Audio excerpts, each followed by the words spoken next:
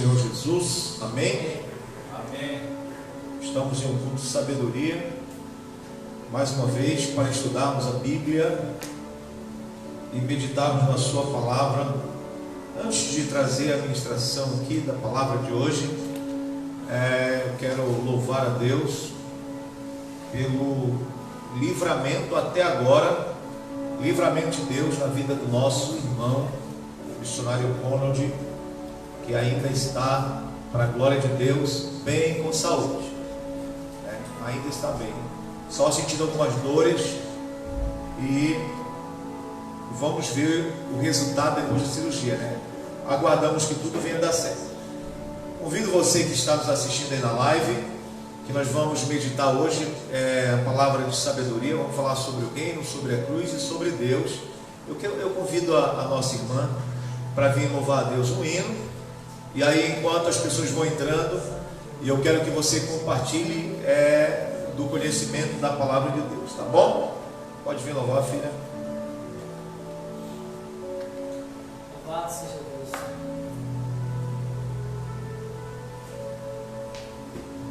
Meus amados irmãos, com a paz do Senhor, amém? Amém.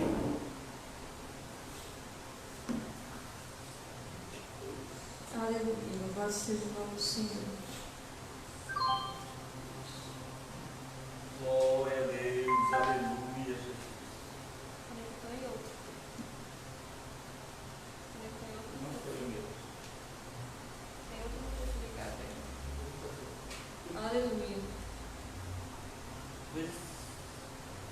Alguém está com o microfone ligado aí? Conectou em outro celular. Alguém está com o celular aí conectado ao tablet ou à caixa de som? Vê aí, por favor, se tiver, desligue. Bluetooth. Desliga esse Bluetooth. Aleluia, Deus. Graças a Deus, nosso irmão está estável, Estamos felizes por isso. Tiramos a tarde de oração hoje em casa. Glória a Deus. Graças a Deus, Deus tem respondido. Aleluia. Não apareceu aí aqui. Aleluia, Deus, louvado seja o teu nome. Foi.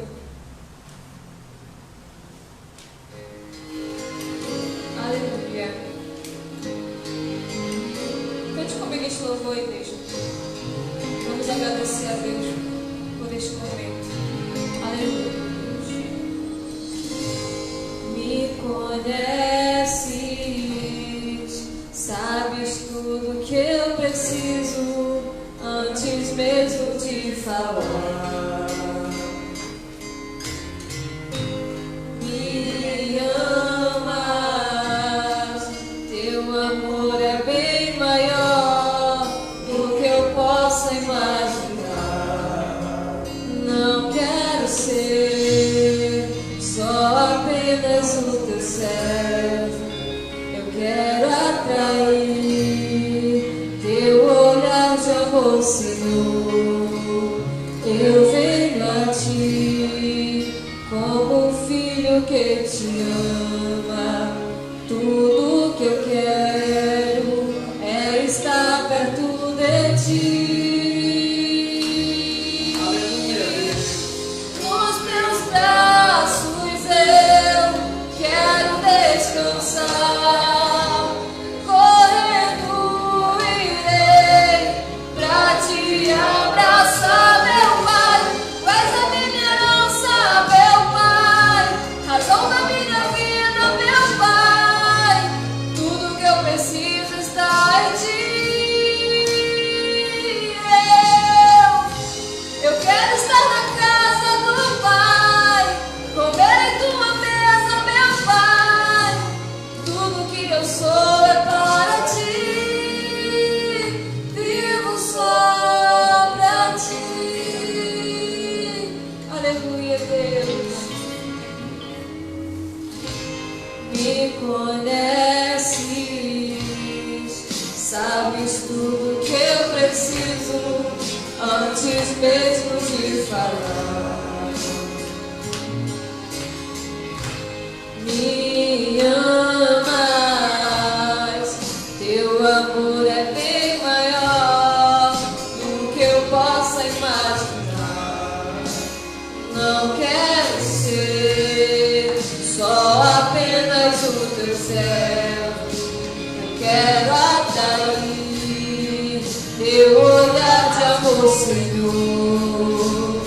Eu venho a ti como um filho que te ama. Tudo que eu quero é estar perto de ti. Nos teus braços eu quero descansar. Correndo irei pra te abraçar, meu Pai. Tu és a minha herança, meu Pai. Razão da minha vida, meu Pai. Tudo que eu preciso está em ti. Eu quero estar na casa do Pai, comer em tua mesa, meu Pai. Tudo que eu sou é para ti. Vivo só pra ti. Aleluia, essa dificuldade, em nome de Jesus. Glória a Deus.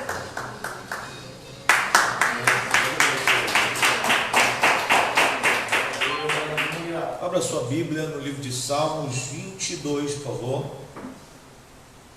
Lembrando que o livro de Salmos ele não possui essa separação de capítulos e versículos. É o Salmo de número 22, né? Eis a questão, porque os salmos são considerados como cânticos poéticos, né? Ou forma de louvor. Salmos 22, vamos falar sobre reino, cruz e Deus. Quero que você compartilhe, se você ainda não compartilhou. E eu vou dizer para os irmãos qual a importância de nós entendermos sobre o reino, sobre a cruz e sobre Deus, em algumas dimensões. E por que devemos pregar sobre isso? Por que não é tão pregado sobre o reino de Deus? Qual é a visão sobre o reino de Deus nos dias de hoje? Quando eu falo sobre o reino de Deus, vem um monte de coisa maravilhosa e poderosa aos nossos corações. E muitos entendimentos, inclusive muitos sermões que foram aplicados. Salmos 22. Se você quiser ficar em pé, fique. Se quiser ficar sentado, fique à vontade também, tá bom? Deus meu, por que me desamparaste? Porque alongas das palavras do meu bramido e não me auxilias. É uma pergunta que alguém está fazendo em forma de clamor, colocando a sua angústia, esse sentido aqui desprezado. Deus meu, eu clamo de dia e noite, e não ouves de noite, e não tenho sossego. Porém tu és santo, o que habita entre os louvores de Israel. Em ti confiaram nossos pais, e confiaram, e tu os livraste. Aí mais uma vez ele fala: a ti eu clamo. Escaparam em ti, confiaram e não foram confundidos. Aí o cerne principal é o verso 6: mas eu sou verme e não homem, opróbrio dos homens e desprezado do povo. Podem sentar, fique à vontade. Muitos teólogos, escritores, estudantes da Bíblia acreditam o seguinte: que o Salmo, ou muito dos salmos, eles são chamados de salmos messiânicos, porque retrata a figura do Messias, o Salvador do mundo. Mas para alguns, eles entendem que existe vários Messias. Como assim, pastor? Dentro de uma visão judaica, eles acreditam que vários personagens messiânicos já vieram, com obras caridosas, com obras bondosas, com benefícios de um Messias, é aquele que vai guardar, que vai ensinar, que vai auxiliar. E muitos foram considerados, entre aspas, dentro da cultura judaica. Mas para outros teólogos, para outros escritores da Bíblia que estudam porque nós estamos estudando a Bíblia. Esse salmo messiânico está falando da pessoa do Messias, Jesus Cristo, aquele que para a nossa língua portuguesa é Jesus Cristo, mas na língua hebraica é chamado de Yeshua HaMashiach, quer dizer, Jesus Cristo, o Messias ou ungido. Título esse que é dado pelo próprio Deus, quando no dia do nascimento, esse será o Salvador, o ungido, ou chamado de Emanuel, que traduzido significa Deus conosco. Se você ler todinho o Salmo 22, o Salmo 23 e o Salmo 24, você vai ter uma percepção sobre a obra, sobre o sofrimento, sobre a morte e sobre a ressurreição. Fazendo uma interpretação aqui, fica claro que alguém está sofrendo e está dizendo: Senhor, por que tu me desamparaste? Parece-nos algo muito semelhante, valendo com a passagem de Mateus 27, 47, se não estou enganado, depois os irmãos me ajudem para não falar besteira. Quando Jesus está na cruz, ele recita este salmo. Elohi, Elohi, na língua era aramaica, quando ele declara: Deus meu, por que tu me desamparaste? Então fica claro que para muitos estudiosos o Salmo 22 está narrando a trajetória do sofrimento do Messias, do rei que é sofredor. Agora, a pergunta que eu faço a mim e a você é o seguinte: como podemos conciliar ou fazer uma ligação entre um rei ou um reino, porque falando de reino tem que falar de rei, né? Correto? Como é que eu vou conciliar um rei com alguém que está ali desesperado, que se considera como verme, ele se coloca, não que ele se considere, ele se coloca como uma pessoa, como se fosse o menor, é porque ele se faz o menor. Filipenses capítulo 2 diz a Bíblia que ele se faz como o menor entre os homens para ganhar a humanidade. Mas queremos saber e perguntar para a Bíblia, que isso dentro quando você for estudar como interpretar a Bíblia, você faça a pergunta para o texto. Você quer aprender melhor a estudar a Bíblia? Pergunte. Mas por quê? E eu perguntando para o texto, como pode um reino ser sofredor? Um reino, na verdade, ele é algo que vem estabelecer. Ele é algo que vem ditar regras, que vem colocar normas, que vem trazer o que é a paz, a felicidade, a bonança, estrutura. Essa seria a visão do reino. Se já que é um reino chamado Reino de Deus, porque se você começar a ler o Antigo Testamento, você vai ver que Abraão tem uma promessa que o descendente dele reinaria. Mas Davi também tem uma promessa que no seu trono temos um rei que reinaria eternamente.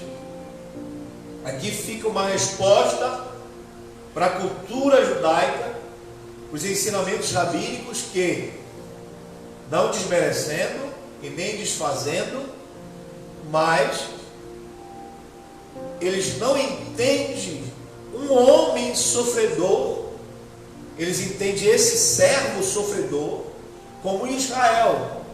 Aí eles citam por causa do cativeiro babilônico, por causa do cativeiro do Egito, por causa das perseguições.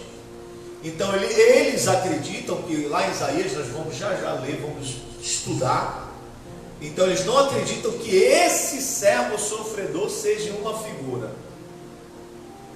que é uma figura salvadora, ou um homem, ou uma pessoa só. Eles acreditam que é uma nação. Pois bem, quando lemos Isaías 53, olha o que está escrito aqui: quem deu crédito à nossa pregação? É a primeira pergunta que faz. Aí diz que ele vem subindo como um broto, como um renovo. É uma narração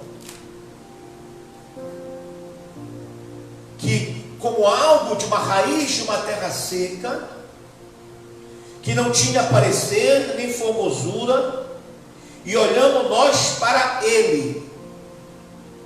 O ele aqui, ele está relacionado mais como uma figura pessoal. Se tivesse ela, eu poderia colocar como uma nação. Ele não tem ligação com uma nação, correto? Muito bem. Nenhuma beleza víamos para que o desejássemos. Era desprezado e o mais indigno entre os homens. Então ele está falando diretamente de uma pessoa aqui que certamente quando as pessoas o vissem, seria desprezado. Homem de dores, experimentado nos trabalhos, e como um de quem os homens escondiam o rosto, e era desprezado, e não fizemos dele caso algum. Eu estou falando aqui no texto, se você olhar para uma nação ou para uma pessoa, o que fica bem claro para você? É uma nação ou uma pessoa? Está falando de uma figura, e está direcionando que é uma pessoa. Aí agora ele vai relacionar o resto do contexto da história aqui com aquilo que Jesus Cristo ele passou. Veja como fica bem claro isso aqui. Mas aí a gente vai fazer ligação reino e sofredor. É a pergunta que eu quero que você fique pensando aí. Qual é a relação de um reino com um sofredor? Aí diz aqui: mas foi ferido pelas nossas transgressões e moído pelas nossas iniquidades. Israel, dentro da cultura judaica, eles praticam ou praticavam, porque não tem templo hoje, então eles não praticam o sacrifício. Quer dizer, é a expiação do animal, porque todo judeu ele expia os seus pecados através de sacrifício, correto? Mas aqui está falando de expiar, de expiação, de romper, de pegar as transgressões e colocar sobre si. Então, como eles podem colocar as transgressões e as iniquidades em uma nação, se eles acreditam que é só num animal que eles fazem sacrifício e eles são perdoados? Então, na visão deles, eles acreditam. Aqui está a ideia que eles não acreditam que o homem pode se oferecer como sacrifício pela humanidade, porque Deus instituiu na lei que era o animal. Aí olha só como é muito tremendo os versos posteriores. Todos andávamos desgarrados como ovelha, cada um se desviava pelo seu caminho. Então, quando esse servo sofredor, quando essa pessoa sofredora, ele padece por causa dos homens, ele padece por causa da iniquidade dos homens. O que significa a palavra? Se perguntar para mim, pastor, cadê o lenço, filho, que eu pedi para você trazer, Yuri? Se perguntar o que significa a palavra iniquidade, significa errar o alvo. E algumas passagens da Bíblia diz que o iníquo, até a Bíblia diz que o Satanás é chamado de iníquo, porque ele erra o alvo, impiedade, ele trabalha com a impiedade. Então, quando Cristo ele assume por nós a iniquidade do povo, o que ele está fazendo? Ele está tirando o erro da humanidade para dar acesso ao reino de Deus, a salvação eterna. Ele quer que o homem tenha agora o privilégio e a oportunidade de ser salva, porque ele pegou as transgressões, são atos, são aquilo que praticávamos e praticamos, porque a lei eterna do sacrifício não é só num dia que tem validade. O sacerdote valida num dia, e ali, para aquele dia, a pessoa está perdoada. Mas quando Cristo ele morre e se oferece, é validado tudo para trás que fizemos, e tudo que iremos fazer na frente se houver arrependimento. É o sacrifício eterno, é a oportunidade do cristão ir morar no céu. Então ele pega todas as nossas transgressões. O que são transgressões? É transgredir algo que tem um limite. Por exemplo, no caso do sinal, se você ultrapassar aquele sinal, eu sempre gosto de dar esse exemplo. O que vai acontecer? Você vai infringir uma lei e você pode ter problemas muito na frente. Então, agora esse servo que apresenta, esse homem, que se apresenta como sofredor, ele age, ele agiu, ele agirá nas nossas iniquidades, nas nossas transgressões. Então, todos os dias temos a oportunidade, fazendo uma aplicação, de sermos salvos, de sermos perdoados, de termos a oportunidade chamada de graça. É interessante que nós estudamos, fugindo um pouquinho do assunto aqui, eu estava estudando com o Mike, e nós conseguimos achar a graça na lei, que era a oportunidade do homem ter a misericórdia. Porque o que é graça, se não significa, se tem o sentido de o benefício de Deus para o pecador. É um dom imerecido, a pessoa não merece, mas a graça vem e faz ele merecer, não por ele mesmo, obrigado filho, mas pelo amor e misericórdia de Deus. Então eu quero que você ensine, eu quero que você entenda, que você ensine, você líder, você pastor, você obreiro, que você ensine que existe o reconhecimento de um ser que sofreu, que nos ama e que pode mudar a história da humanidade. Se vocês soubessem o quanto tem peso isso para uma pessoa que não tem paz, que não conhece a Jesus, isso traz um alívio para a alma de muita gente. Eu já vi isso. E por que eu estou trazendo isso? Porque existe o Evangelho que foi dispensado através desse ser.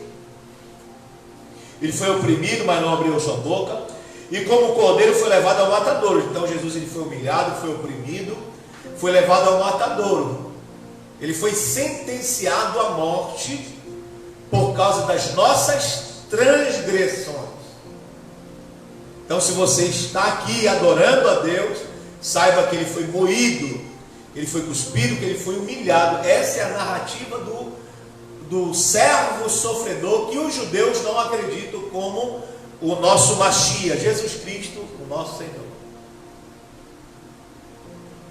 E ele, quando ele chega, sobe ao madeiro, e ele está ali estampado no madeiro.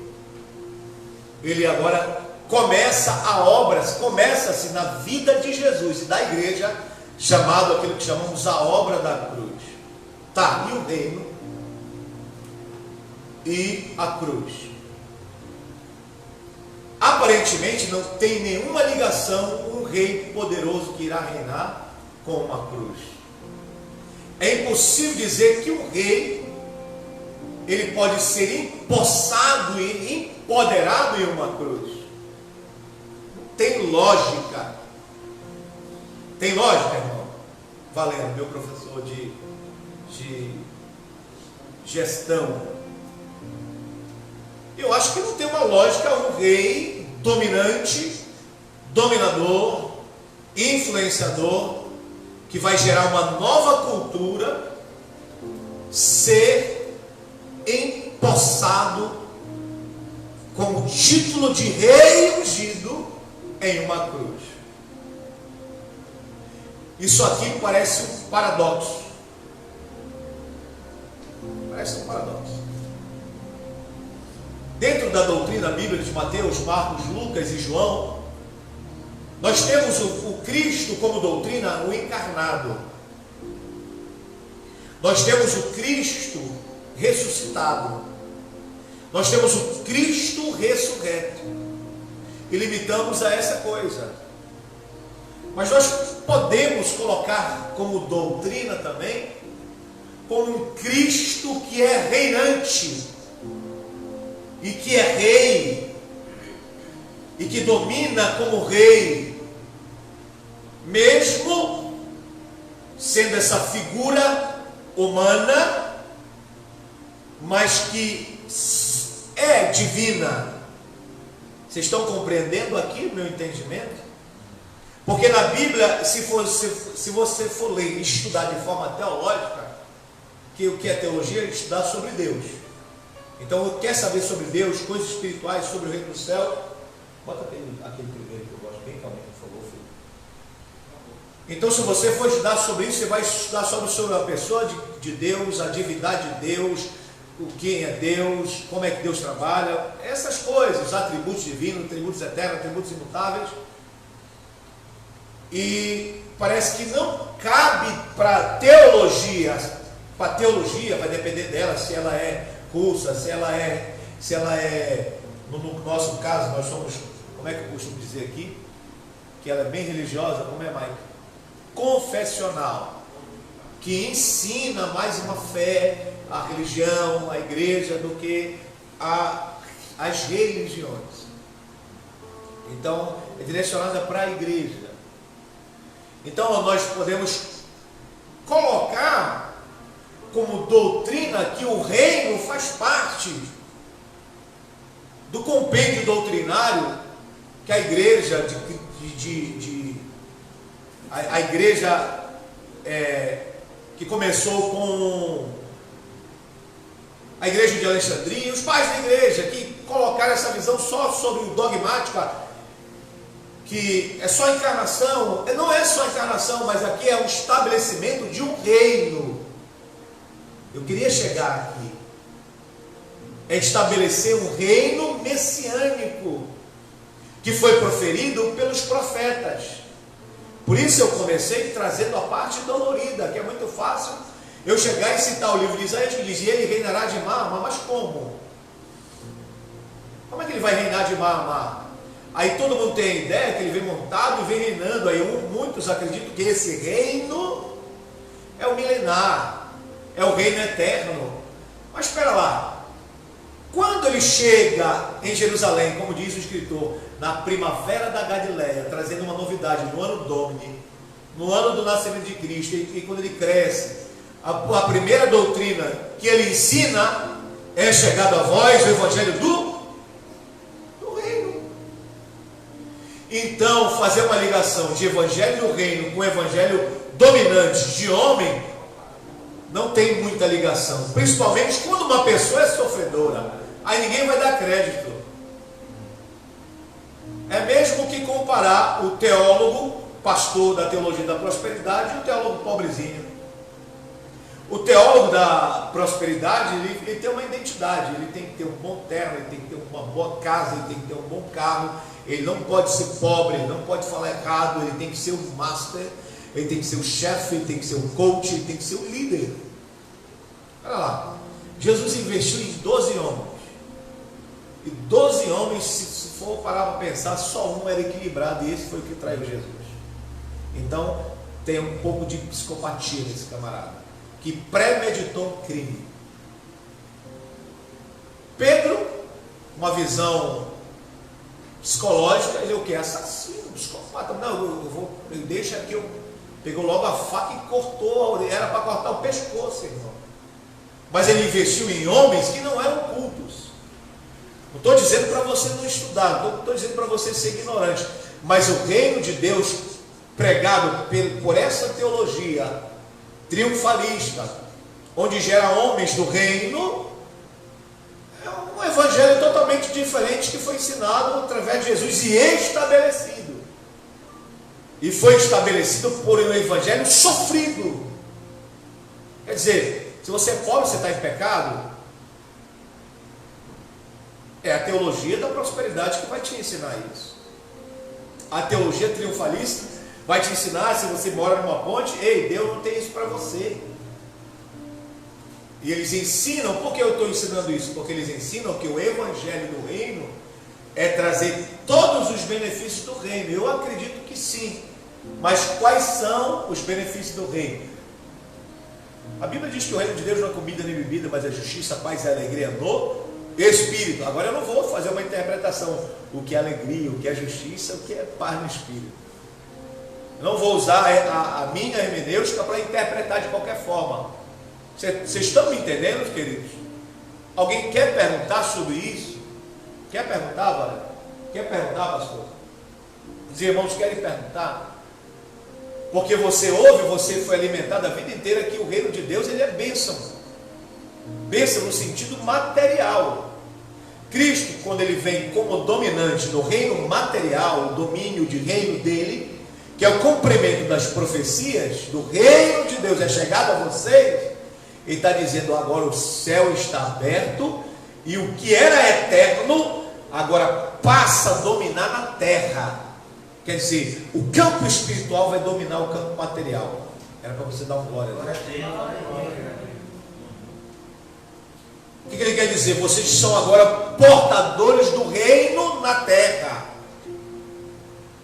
Então você não vai diminuir o que é reino de Deus com coisas materiais.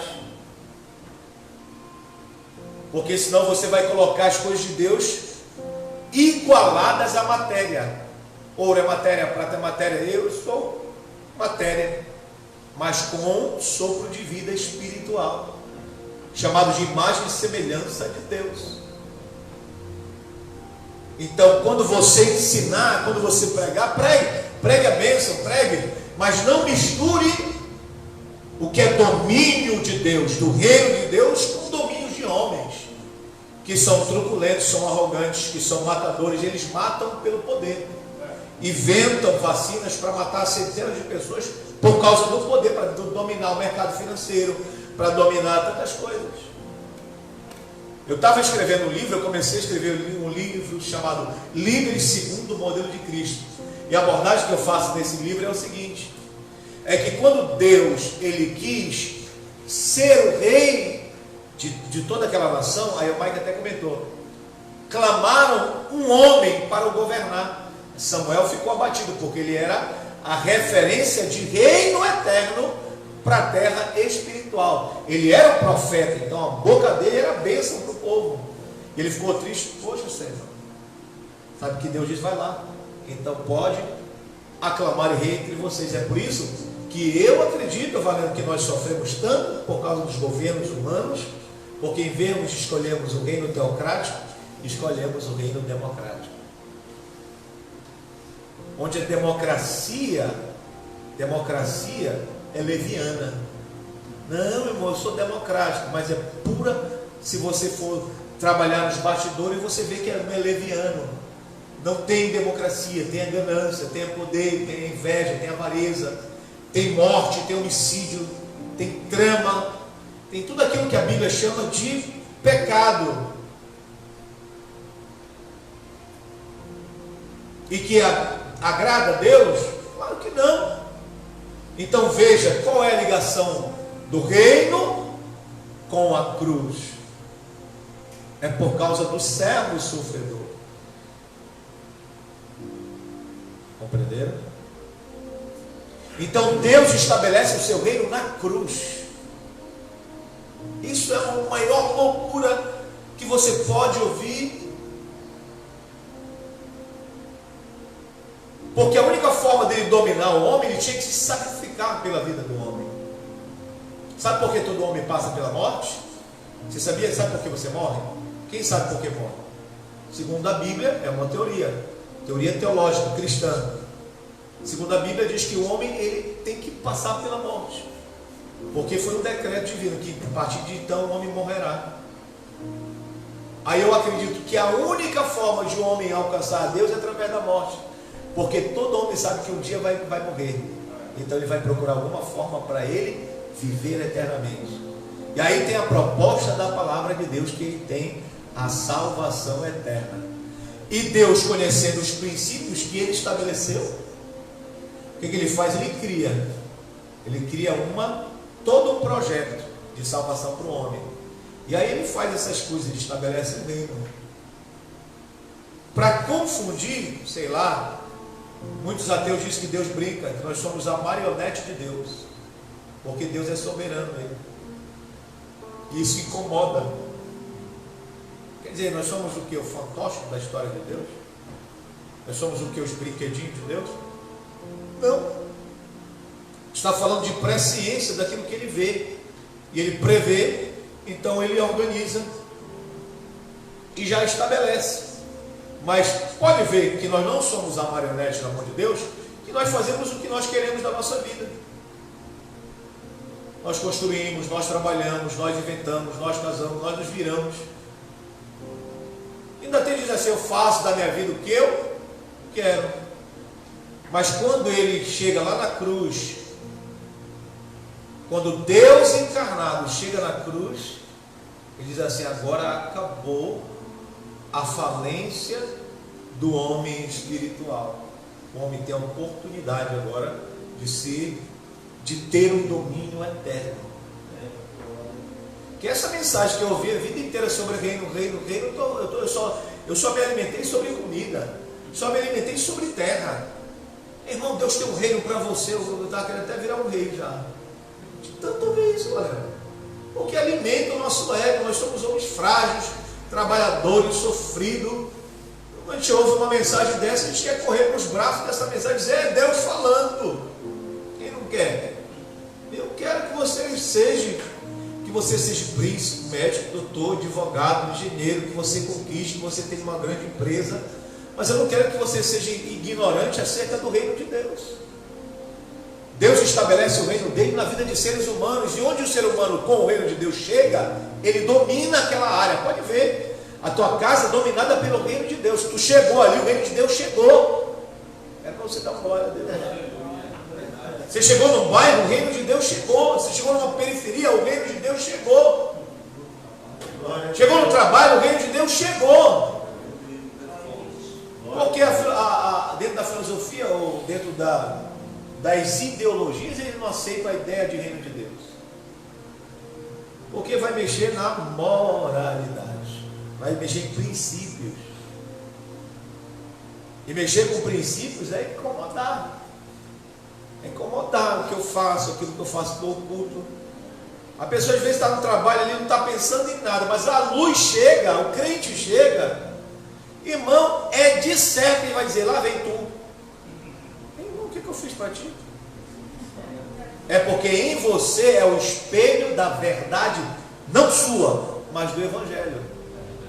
Que nós acreditamos que a verdade liberta o homem. Não é? Se a verdade vai libertar o homem, ele confronta. Aí você chega lá e o reino chega junto. Aí eu entendo agora que Deus, que Jesus Cristo vai reinar de mar a mar. Jesus disse, o meu reino não é nessa terra. O meu reino eu fiz aqui para vocês. Plante, cultive, multiplique, enche a terra, produza. Vai lá, coma de tudo. Mas não come dessa árvore. Comi. Perdi o reino eterno.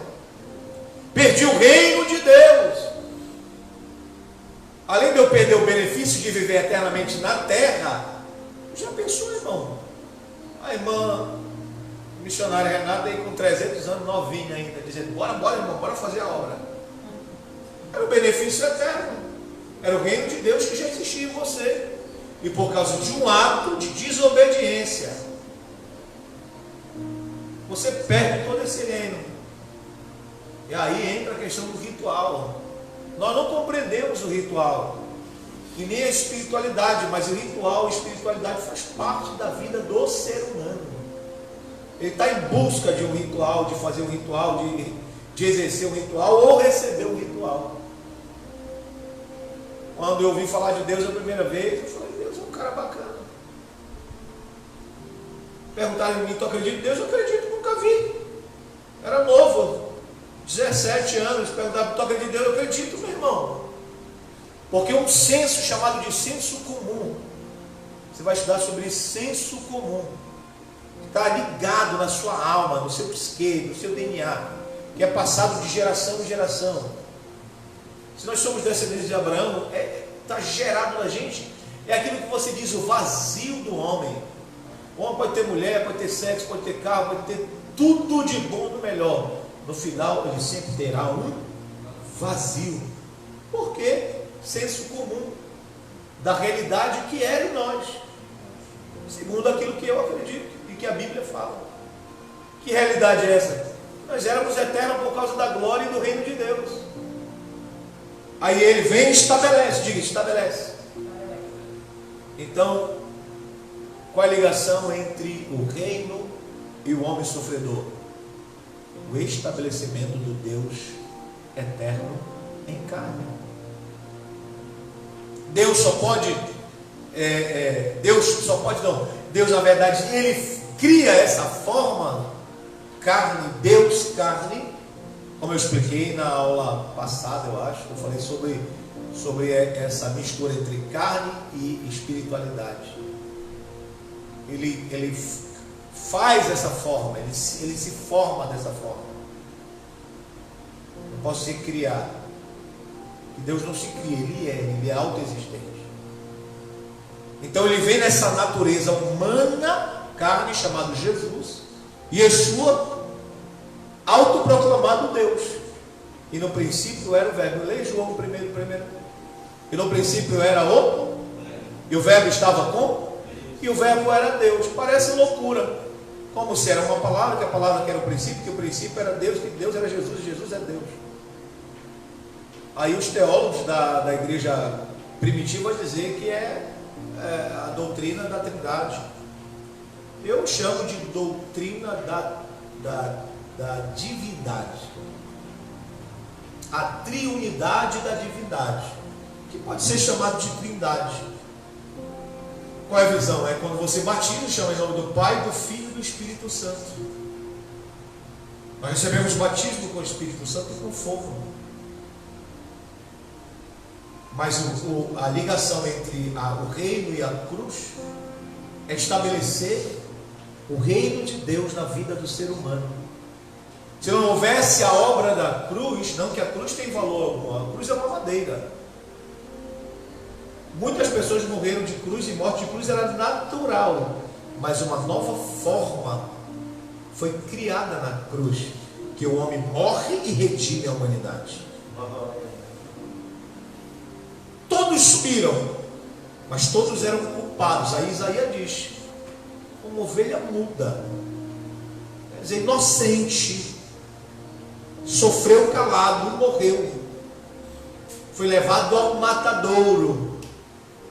Então, quando ele está ali, erguido na cruz, ele está se fazendo expiação por nós. Aí a sentença agora, que o homem tem a eternidade a partir desse momento. A sua disposição. Você só não vai para o céu ou terá a vida eterna se você não quiser.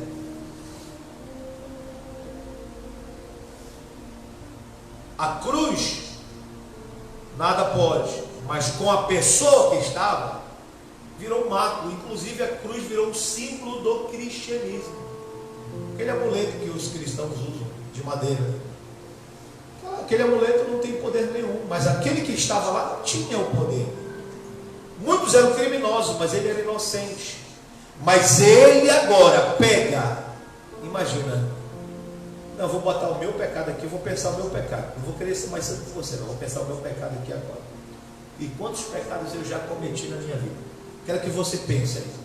Vamos lá, faça uma autorreflexão aí da sua pessoa, da sua vida pregressa, de pecado. Imagina aí quantos pecados você já cometeu. Imaginou? Os irmãos estão interagindo comigo ou não? Você imaginou? Agora pega os meus, os teus, e multiplica por toda a humanidade. Porque a Bíblia diz que ele se fez pecado por toda a humanidade. Hoje são 7 bilhões. Ele pegou todos esses pecados, que por cada um, no mínimo, vou multiplicar aí por 5. Claro que é o raso. E quem pecou, fez menos de 5 atitudes que desagradou a Deus, pode de muito mais pecado nós já cometemos. Então 7 vezes 5. 7 bilhões vezes 5, quanto dá aí? Então ele pegou todas as nossas iniquidades e cravou no corpo. Cravou. Sabe o que está dizendo? Ele matou a natureza pecaminosa. Aí o reino de Deus agora triunfa. Aí quando você lê 1 Coríntios capítulo 15, verso 55, onde está a morte? O teu aguilhão. Onde está a morte? A tua vitória. Tragado foi a morte pela vitória. Aleluia. Entendeu aí? Vocês compreenderam a dinâmica da cruz e o reino? E estabelecer eternamente a oportunidade de verdadeiramente você vai triunfar. Estou falando aqui na terra, você pode se alegrar. Você vai ter dias de glória, dias de felicidade, mas não vai ser todo dia. Quem passou o ano inteiro feliz, me prova uma aí. Porque nós somos incompletos. Até que, Paulo diz, até que o nosso corpo, que é mortal, se transforme em imortalidade. Corruptível se transforme em incorruptível. Muito bem. E Deus? Se eu falei sobre o reino, se eu falei sobre a cruz, que a figura de Deus agora entra em ação na humanidade, se apresentando como o Deus homem. Deus homem. Essa nova figura que a humanidade vai conhecer. Jesus Cristo está lá em Timóteo, homem. Está lá, Jesus Cristo, homem. Nascido de mulher. De um ventre da mulher. Mas concebido pelo Espírito. Então a fonte é o próprio Deus. Encarnado no ventre de Maria.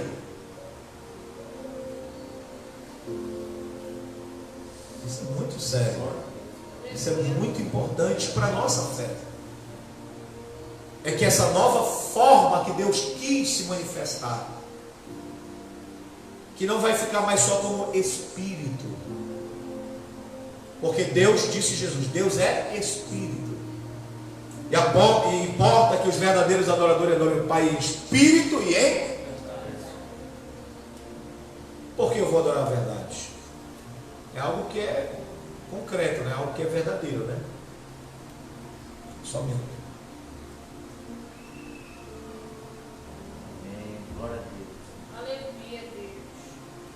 Se alguém tiver alguma pergunta aí na internet, quiser comentar alguma coisa, sempre a gente procura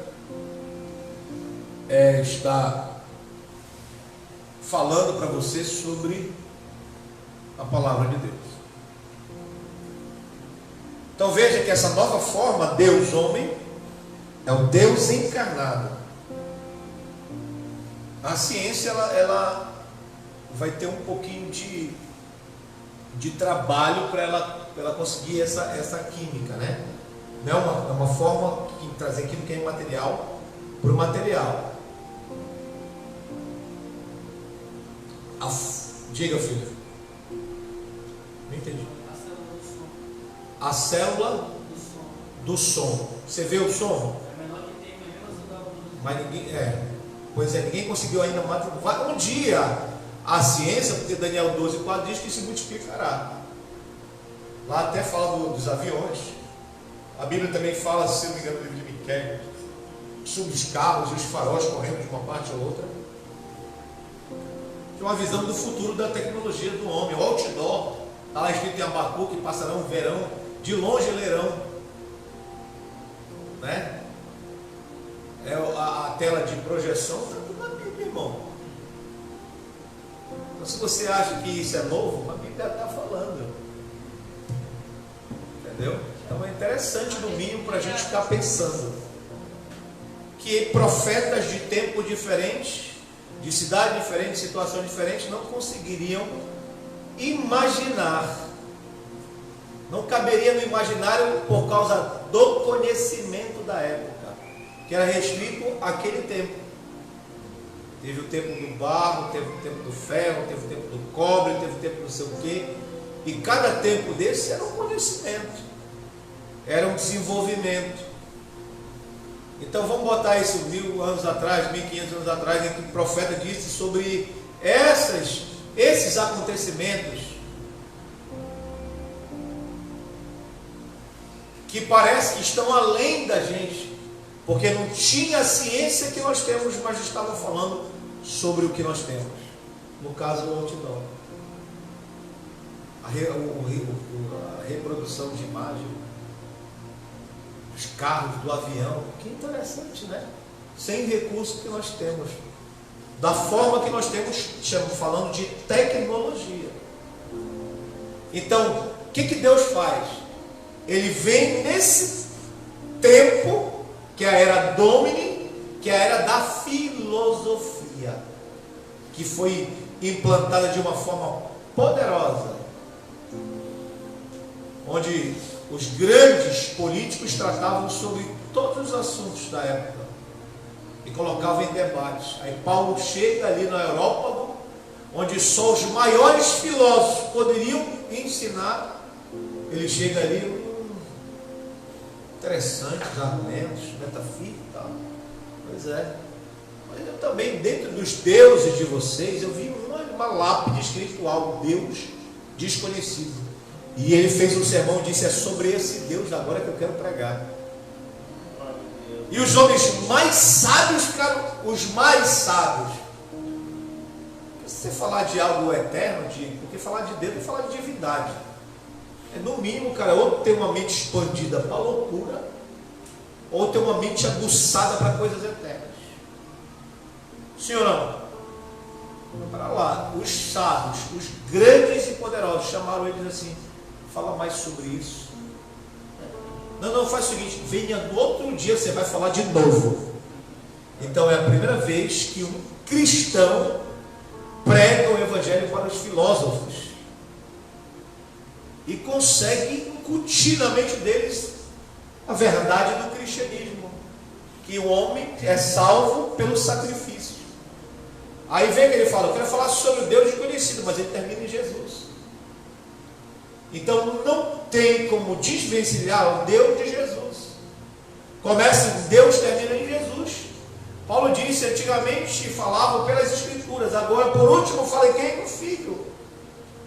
Então veja essa forma, Filipenses 2:8, mesmo sendo em forma de Deus, quer dizer Espírito, esvaziou-se. Irmão, como é que o Espírito se esvazia? Vamos tentar imaginar isso aí. Sendo em forma de Deus, e esvaziou-se. Aí tem algumas interpretações, dependendo da igreja que você pertence. Mesmo sendo em forma de Deus, ele se anulou, se esvaziou, não querendo usurpar ser Deus. Então ele anula, segundo o entendimento, a soberania dele como ele era, para poder vir na terra. Por isso que é chamado de Deus encarnado. Você está entendendo isso? Para você entender a linha de raciocínio do pastor Paulo, você tem que acompanhar todas as mensagens que o pastor Paulo fala. Eu vou te trazer uma ideia sobre Deus diferente que você conhece ou está acostumado a ouvir. Deus não é Papai Noel, ele é Pai do céu. Pai do céu. Mas te ensinaram Deus do Papai Noel. Veja o quão fracassados nós somos espirituais por causa do Deus Papai Noel. Não temos fé suficiente, não temos temor suficiente, não temos reverência suficiente, porque nos é ensinado fé Papai Noel. No meu livro Fé Cega, eu faço uma abordagem sobre o movimento neopentecostal no Brasil. O Mike está escrevendo o artigo dele, da graduação dele, sobre esse movimento, que é um movimento que não foi bom, irmãos. E movimento vem e passa. Vários movimentos já houveram no Brasil que pegaram o cristianismo e adaptaram para agradar, para alegrar, para encher as igrejas. Aí eu chamo de massas. É o fermento levedado. Tu vê, é bonito porque é inchado por causa de uma partícula que foi transformada pelo fermento. Que o fermento altera a partícula, a molécula. Ela altera e faz aquilo que é natural se tornar superficial. Aí nós vemos a geração de crente superficial dentro da igreja, que não se firma, que não congrega, que não tem compromisso com a verdade, porque você está alimentado, ó, só com blá blá blá. Aí esse é o cristão que você se tornou. Você não tem fé nem em Deus, porque você foi alimentado com isso. E eu ensino para vocês aquilo que você alimenta, aquilo que te guia. Se alimente com a palavra de Deus, com a verdade de Deus, com o evangelho de Deus, mas sem esses movimentos em que a sua fé estará pautada em um Deus que morreu na cruz do Calvário para dominar a terra dos homens. Qual é a maior terra do homem? É o coração, irmão. Terra que o homem não anda é o coração. Aí Deus vai lá. Aí Deus foi lá, e a Bíblia diz lá no livro de Isaías que Ele quebrará o coração de pedra e colocará um coração de carne. A ideia do Cristo, Deus, que é morto, é justamente para pegar o pior homicida e perdoá-lo. Porque ninguém, nem um juiz, nem um promotor, ninguém vai te perdoar. Hoje eu fiquei indignado. Cheguei a pecar no meu pensamento porque eu sou homem. E se eu tivesse um revólver, eu iria proteger o meu amigo. Porque da ira, a ira no nosso coração vem o senso de justiça, de autojustiça. Porque eu vi que deram 4 tiros no rapaz. Aí Deus, conhecendo a mente corrompida, Ele se faz pecador por nós. O Deus que se fez pecador por nós. Isso é no mínimo para nós pararmos para pensar que cristianismo eu vivo no meu dia a dia. Que reino de Deus eu vivo. Qual foi o valor da cruz para mim e para você? E quem é Deus que você adora?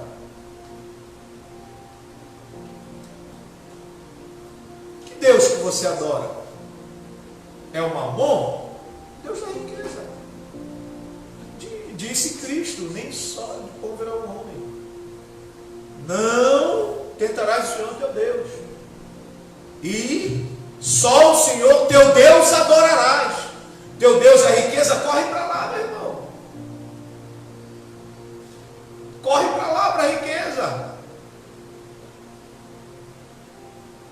Mas o homem não tem paz. Pode ser o homem mais poderoso, o homem mais sábio, o homem mais rico, mais inteligente. Não terá paz se não tiver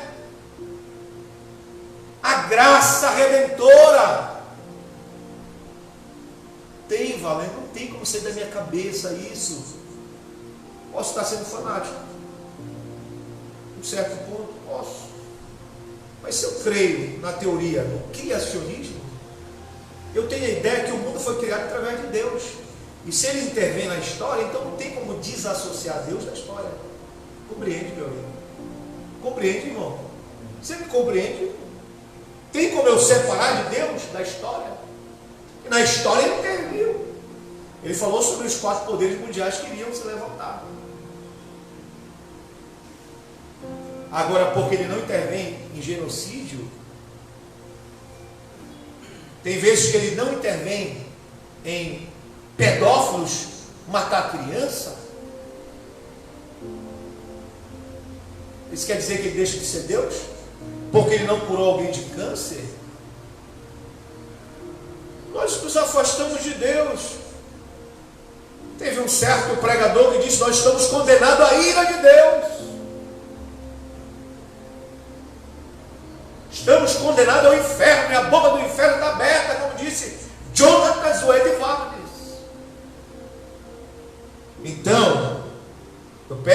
você entenda o Evangelho de outra forma.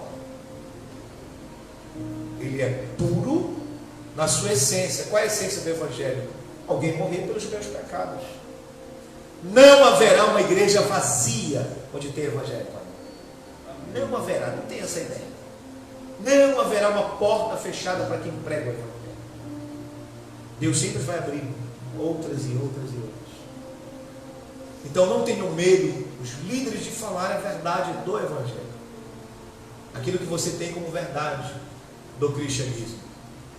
Então, para concluir, Deus encarnado em uma nova forma. Palavra grega morfê. Qual é a forma de Deus? Se alguém perguntar. Deus é espírito na primária. Na original, era espírito. Agora eu não sei que tipo de espírito, eu nunca vi. Não vou mentir, mas eu sinto, eu ouço, eu me relaciono. E até hoje o meu juízo ainda é lógico, mesmo sendo espiritual. Eu não rasgo dinheiro, não como cocô. Porque ter fé em Deus invisível é loucura, irmão. Aí Paulo diz: o que é loucura para mim, isso aí não é nada. Para o homem é sabedoria. A sabedoria do homem, vamos botar a melhor sabedoria do homem, para Deus é loucura. E o que é loucura para nós? Desvaireio. Coisa que não tem conexidade, não tem conexão. Não é, meu amigo? Loucura é algo que não tem um padrão, que não tem uma regra. Pode ver, o louco não tem domínio. Ele anda pelado, ele come coisa do chão. Se você vê um negócio do lixo, dá vontade de vomitar. O louco chega lá e está vendo a melhor comida do mundo. E para ele não faz mal, engraçado. Pode ver. Esse louco que anda por aí na rua, ainda. Tudo é a mesma cara. É a mesma pessoa andando por aí. Eu já vi uns 3 aqui em Macapá. Mas aí, mas a loucura de Deus é a maior sabedoria do homem. Então não queira entender Deus na sua limitação. Mas faz o seguinte, pelo menos pesquise sobre Deus. Com um senso crítico. Ou tu acha que Deus tem medo da tua crítica? Eu queria que os homens mais sábios argumentassem sobre Deus e perguntassem e tivessem uma experiência com Ele.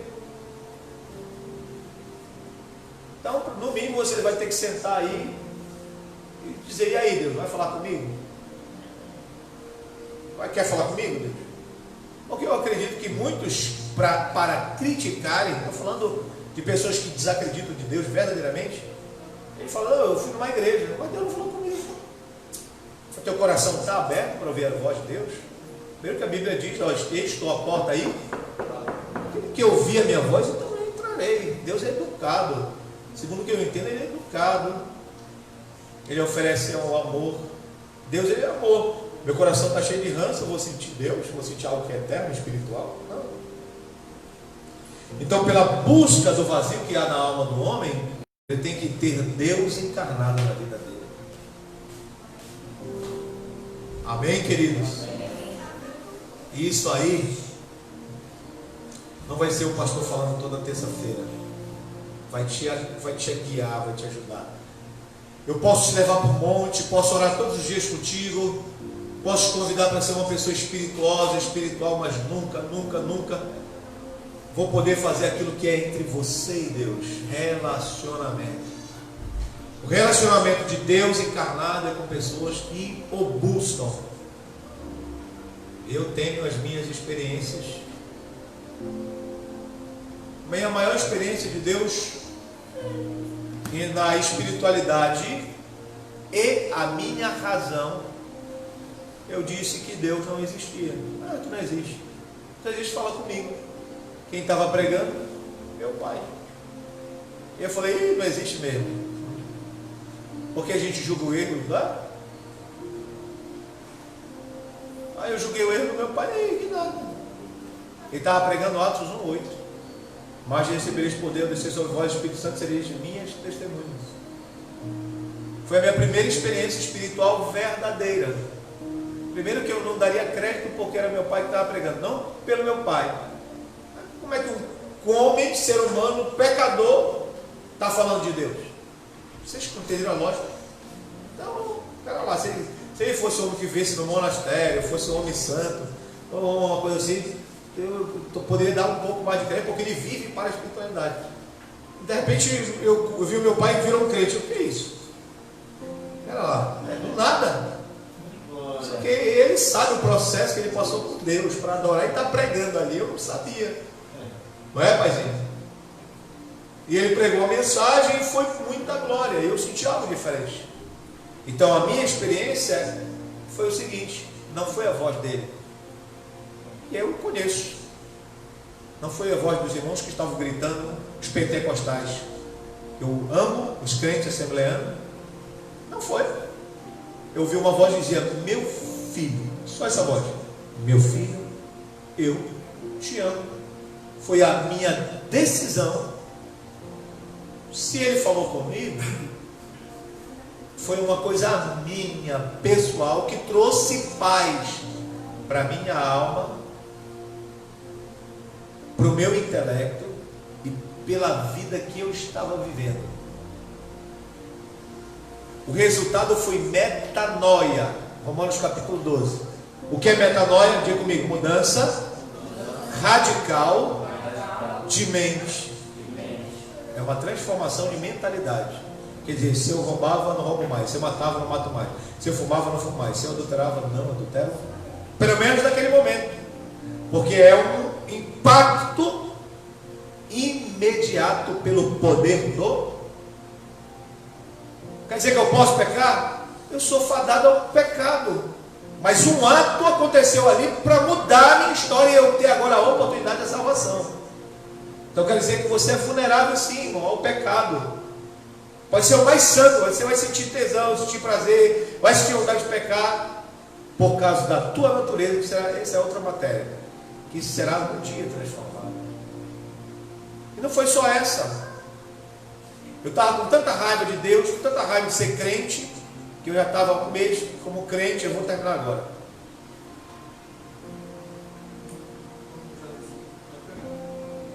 Tanta raiva de ser crente, tanta raiva que eu vivi aquela vida. Eu falei: não quero ser crente não. E eu pensei na minha mente umas coisas, na minha mente. E a Bíblia diz: só quem sonda a mente é Deus. E eu saí na rua, fiz algumas coisas,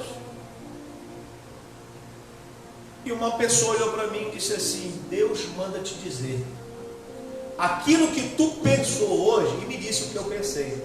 Tu pensou assim, tu pensou assim. Eu falei: que é isso? Que negócio é esse?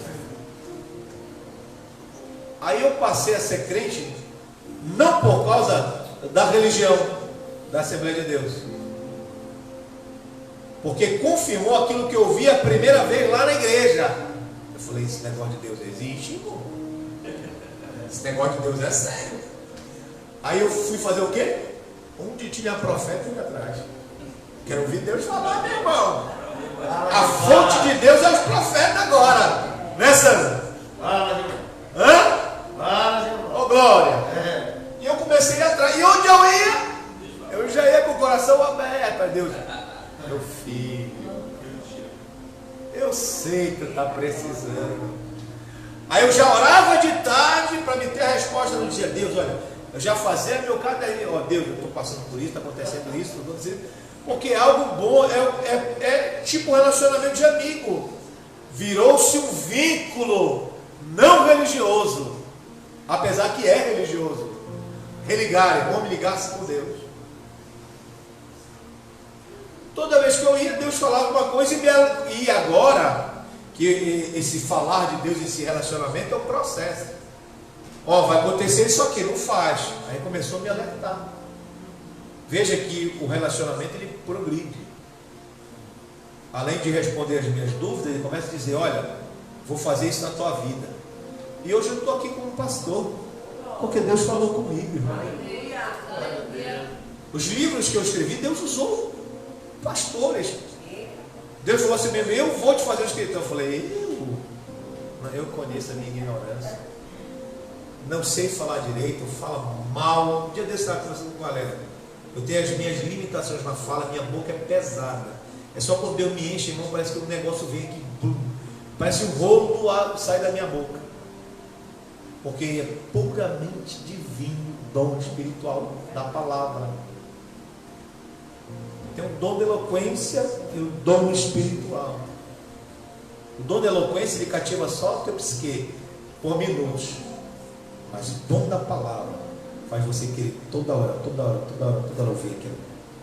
Porque dom é algo divino que te atrai. Ou porque eu sou rico e fico dando dinheiro para vocês ficarem me ouvindo? Ou porque você me ama muito pela minha beleza aqui, que o Valério disse que eu sou bonita.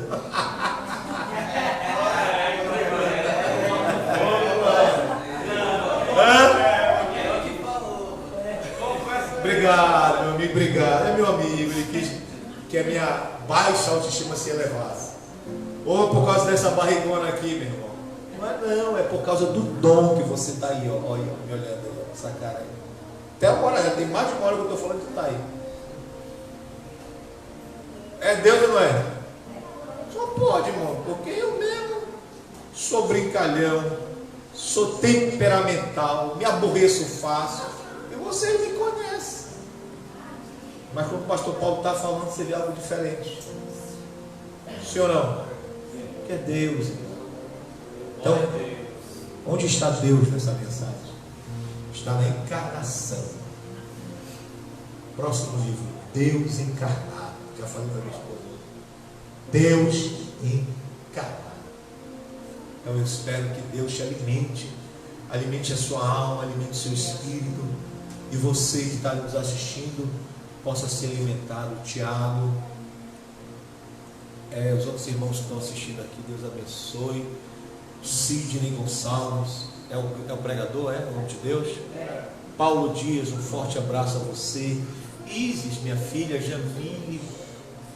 E alguém disse não, mano, Renan Kadosh, beijão. Mano Paulo, Michelson Ramos, Deus abençoe. Jucília Vaz, tem um povo aqui assistindo, Deus abençoe.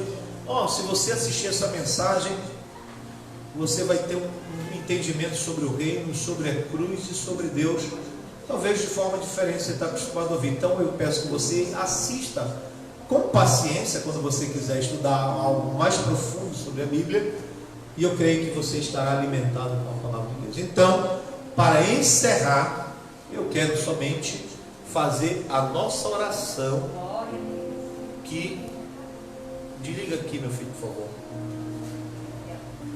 Tira aqui, por favor. Deus abençoe vocês, tá bom? Fique na paz. Me ajuda aqui, filho, por favor. Filho de Deus, me ajuda aqui, filho de Deus.